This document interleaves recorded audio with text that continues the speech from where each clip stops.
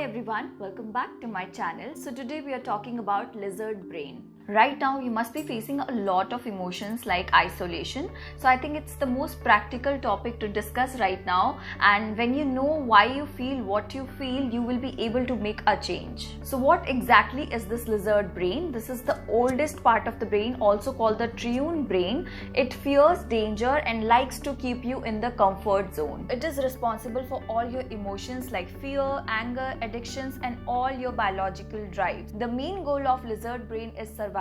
So whenever it feels threatened by something, it just pushes it away. Your lizard brain loves comfort zone. It is responsible for all your addictive behaviors. So that extra piece of cake that you always feel like eating, it is the voice of your lizard brain. Now how do you know that's the voice of your lizard brain? Look at these symptoms.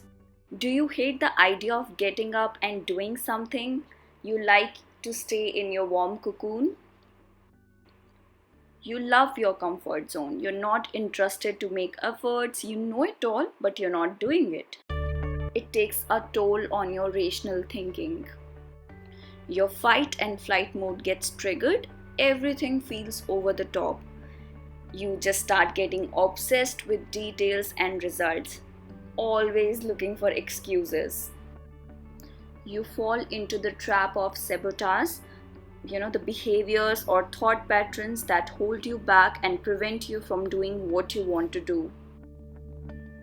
You start judging yourself all the time. You feel overwhelmed by everything, and you start making excuses. It's very frustrating, I know. Obviously not. You cannot kill or fight with the lizard brain because it only grows stronger. Since it's a part of us, you cannot do that.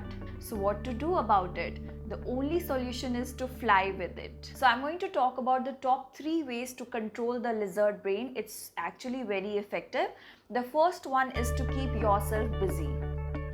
It's very important to have a well-scheduled life in order to experience a meaningful life. You should have a dedicated time slot for everything. Have a fixed schedule for your workout routine, or you can learn new skill every week. At the end of the year, you will be having a lot of potential. Invest your time in reading. It will always keep you hooked.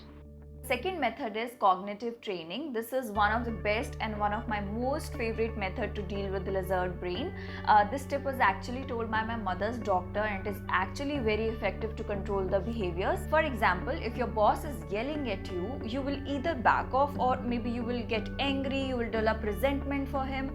So what if you tell your lizard brain that maybe that person is in bad mood? Maybe whatever he says or whatever he does has nothing to do with you. And the third method is getting exposed to your fears.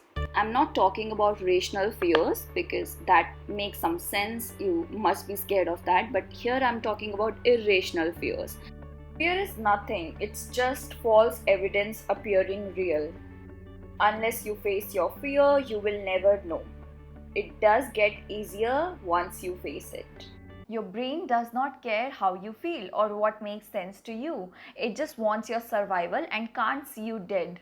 And for that, it would do anything. It gets you into what we call survival mode. I want to share one very important point with you all, that your natural state of being is not happiness. Your natural state of being is survival. Yes. And survival demands fear. So next time if you go hard on yourself and it's just not possible for you to become happy, tell yourself it's very natural and let it go. It's a fact that you cannot challenge it. Now you know who is the culprit.